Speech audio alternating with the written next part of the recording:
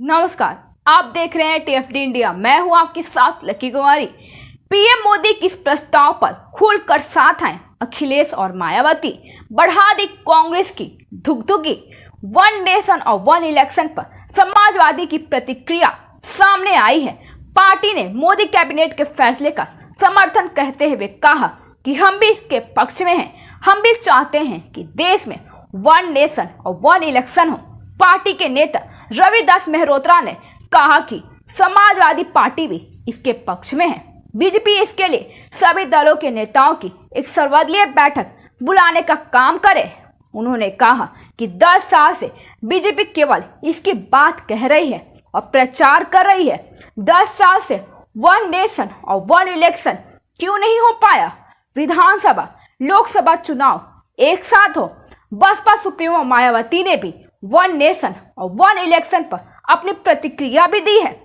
मायावती ने अपने एक ट्वीट में कहा कि एक देश एक चुनाव की व्यवस्था के तहत देश में लोकसभा और विधानसभा स्थानीय निकाय का चुनाव एक साथ कराने वाले प्रस्ताव को केंद्रीय कैबिनेट द्वारा आज दी गई मंजूरी पर हमारी पार्टी का स्टैंड सकारात्मक है, लेकिन इसका उद्देश्य देश और जनहित में होना जरूरी है।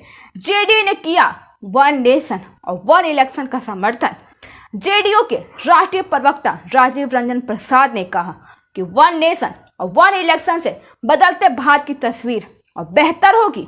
चुनाव खर्च के विशाल आकार को काफी हद तक नियंत्रित किया जा सकेगा। मतदान केंद्रों पर बड़ी संख्या में लोग कतार में लगेंगे। सुरक्षा बलों की तैनाती पर समय और बेहतर तरीके से की जाएगी।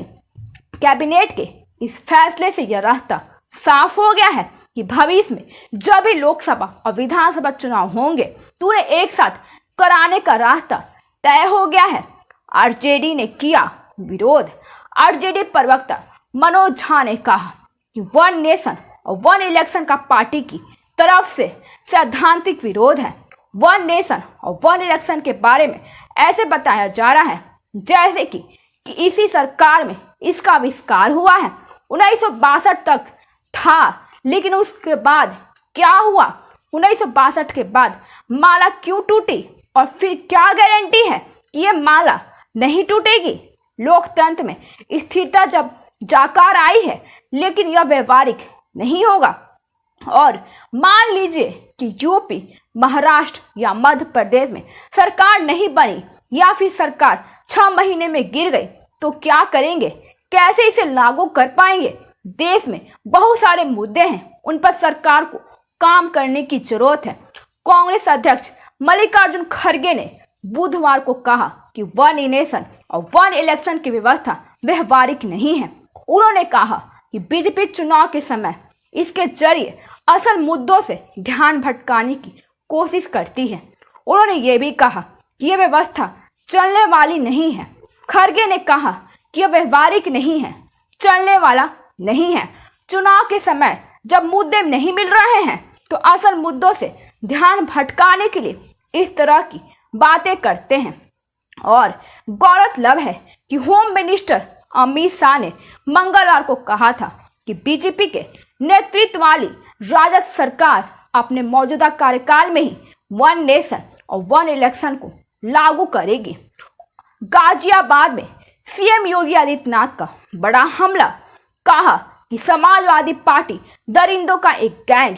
मुख्यमंत्री योगी आदित्यनाथ गाजियाबाद दौरे के दौरान विपक्ष पर आक्रामक नजर आए हैं। योगी आदित्यनाथ ने विपक्ष पर हमला बोलते हुए कहा कि जितने भी दरिंदे पकड़े जा रहे हैं, बेटियों की सुरक्षा से खिलवाड़ करने वाले पकड़े जा रहे हैं, सभी के संबंध में समाजवादी पार्टी से हैं। समाजवादी पार्टी इन दरिंदों का एक गैंग बन चुका है। अयोध्या में समाजवादी पार्टी के नेता के द्वारा गरीब निषाद बेटी के साथ किया गया व्यवहार समाजवादी पार्टी की पहचान बन चुकी है। और मुख्यमंत्री ने कहा कि डंबल इंजन की सरकार समाजवादी पार्टी के इस मॉडल को ध्वस्त करेगी। बेटियों की सुरक्षा में इनके द्वारा जो बैरियर लगाकर अव्यवस्था पैदा करने के प्रयास हो रहा है, उसे एक झटके में उखाड़ने का काम करेगी। मुख्यमंत्री योगी आदित्यनाथ ने अपनी सरकार की बड़ाई करते हुए मंच से प्रदेश के युवाओं के लिए बड़ी घोषणा की है। सीएम ने कहा कि हमारी सरकार युवाओं के लिए युवा उद्यमी योजना ला रही है। इसके अंतर्गत प्रदेश के 10 लाख युवाओं को अगले कुछ वर्षों के अंदर के पहले चरण 5 लाख और दूसरे चरण में 10 लाख का ब्याज मुक्त ऋण सरकार युवाओं को उद्यम स्थापित करने के लिए देगी। मुख्यमंत्री योगी आदित्यनाथ ने मंच से युवाओं के लिए कई बड़ी घोषणा की है। मुख्यमंत्री ने कहा कि आज सिर्फ युवा ही स्मार्ट नहीं है, बल्कि सिटी भी स्मार्ट दिख रही है। सीएम योगी ने विपक्ष पर बोला तीखा हमला। मुख्यमंत्री योगी आदित्यनाथ ने मंच से पिछली सरकारों पर हमला बोलते हुए कहा था कि 10 वर्ष पहले जिसे गाजियाबाद में गंदगी का अंबार हुआ करता था, माफियाओं के सामने तत्कालीन सरकार नाक रगड़ा करती थी। कांवड़ यात्रा में मार्ग में ये लोग बैरियर लगाते थे। मुख्यमंत्री ने कहा कि कांग्रेस हो या समाजवादी पार्टी, इन्हें न देश की चिंता है और न ही समाज की चिंता है। इन्हें केवल अपने परिवार की चिंता है। यह अपने स्वार्थ के लिए समाज को बांटेंगे। मुख्यमंत्री योगी आदित्यनाथ ने कहा कि समाजवादी पार्टी और बहुजन समाज पार्टी की सरकार के समय जो उत्तर प्रदेश देश के विकास में बैरियर माना जाता है, आज वही उत्तर प्रदेश देश की अग्रणी अर्थव्यवस्था में से एक है। आगे कहा कि हम लोग गाजियाबाद में एम्स, दिल्ली के एक सैटेलाइट सेंटर की भी तैयारी करने जा रहे हैं। एम्स की स्वास्थ्य सुविधाओं गाजियाबाद में भी प्राप्त होगी और इसके लिए हम लोग अपने प्रस्ताव को आगे बढ़ा चुके हैं। धन्यवाद। आगे की जानकारी के लिए देखते रहिए TFD इंडिया।